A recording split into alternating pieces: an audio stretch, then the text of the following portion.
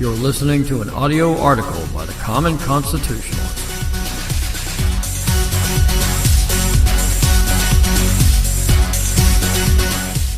Today's article is entitled, Don't Equate Real Slavery with Snowflake Oppression. Recently, as all of America no doubt already knows, Kanye West has said some things which has upset the left, particularly the black race-baiting industry, and it is an industry. Kanye professed his love of President Trump and said that they were dragon energy. I have no idea what that means, but really, who cares? It sounds like a compliment. He said he likes a lot, but not all of what Trump is doing. And he even took a poke at Obama by tweeting that he was president for 8 years and nothing changed in Chicago. Now, not to defend Obama, but the city of Chicago is not the federal government's concern. But I think it was Kanye's rant about slavery being a choice that really put the left over the edge. He said during a TMZ interview, quote, "When you hear about slavery for 400 years, for 400 years, that sounds like a choice. Like you were there for 400 years and it's all of all you. Like we're mentally in prison. Like slavery goes direct to the idea of blacks," unquote. He continued, "So prison is something that unites us as one race, blacks and whites being one race. We're all the human race," unquote. May I dispel the myth of 400 years of slavery? The slave trade began in 1619 and ended in 1865. That's 246 years, not 400.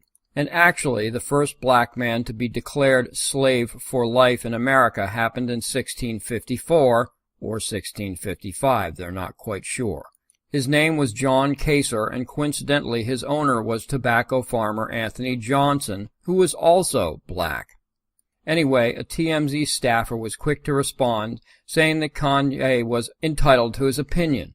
However, it's quite obvious as a black American he is not. He is only entitled to black collective groupthink. The staffer insists that while Kanye is doing his thing, the rest of us, quote, have to deal with these threats to our lives. We have to deal with the marginalization that has come from the 400 years of slavery that you said for our people was a choice. And frankly, I'm disappointed, I'm appalled, and brother, I'm unbelievably hurt by the fact that you have morphed into something to me that's not real," unquote. In other words, an Uncle Tom. Oh, really? Evidently the TMZ staffer knows little of black history and the history of slavery in America. So while leftist blacks whine about how oppressed they are in 21st century America, allow me to enlighten him and others of how far we as a nation have come by means of the Alabama Slave Code of 1852. If it doesn't turn your stomach, you're not a human. Here's a passage. All white males between the ages of 18 and 45 years were required to perform patrol duty. And what were they patrolling for? For slaves who were not where they were supposed to be. Slaves had to acquire a written pass from their master to go anywhere. If they were caught out without a pass, these patrols had the power to punish slaves, quote, by stripes not exceeding 39, unquote. Care to guess what a stripe was? That's right, the mark made by a lash or a whip. And then they were returned to their owner, probably for more of the same. And if the owner was unknown, the slave was jailed. Slaves were not permitted to remain in their master's house for more than 4 hours without him present. No more than 5 slaves could gather together without express consent of the owner. Slaves were not allowed off the plantation without a written pass. If caught, the slave would be punished, quote, not exceeding 20 stripes at the discretion of any justice before whom he may be taken, unquote. Quote, unlawful assemblies, trespasses, and seditious speeches by a slave are punished by the direction of any justice before whom he may be carried with stripes not exceeding 100, unquote.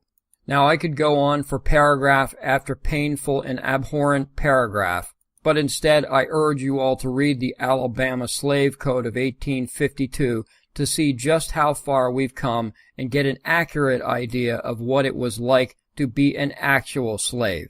Then compare that to what the black community is complaining of today. This, in my opinion, is what Kanye meant, that we've come so far in 153 years since the slaves were freed. and that 21st century blacks are doing a disservice to the term slavery. If you think yourself a slave in America today, it is by choice and not by virtue of your skin color. Thank you for listening.